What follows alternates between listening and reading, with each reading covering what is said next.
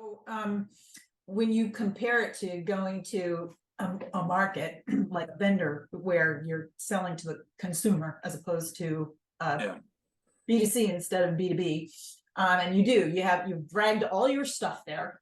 So this you're doing one of each. Do you have to really have a showy booth, or can you be pretty straightforward? What's your advice and suggestion? What do you see there?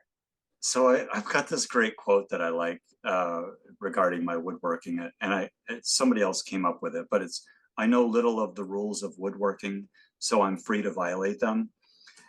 And that can actually, you can just take the word woodworking and say trade show or anything else in there. And I've carved my own path, and how I do things, I don't see other people doing it this way, but it's wildly successful. You kind of want to display your booth in a beautiful way so that the buyer can envision your product in their store, but ultimately you're trying to get their attention because they're going to walk by your booth one time at that show.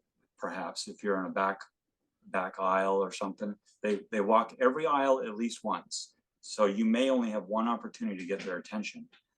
So in a 10 by 10 booth, if you've got a table in the back of your booth and you have a little product like an ornament, and they're walking by and they're kind of like squinting their eyes and looking in to see, because I mean, this salesman told me one time, he said, a lot of the buyers are older people. They're in their 50s, 60s.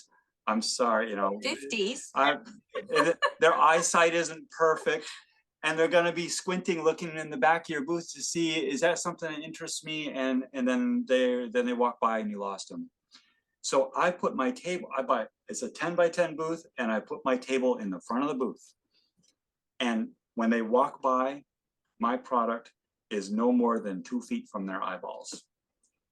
Nice. And I get so many more fish that way. You're fishing. And are your things like, oh, they can be picked up and looked at? Yeah. It's okay to do that? Absolutely. And that's, I'll share another thing here. Then there's sales techniques too. I mean, you want to get the product into their hands. You want them to touch it and pick it up. And that's actually, people should look up Bruce Baker. Bruce Baker has a sales technique seminar, and you can buy this CD.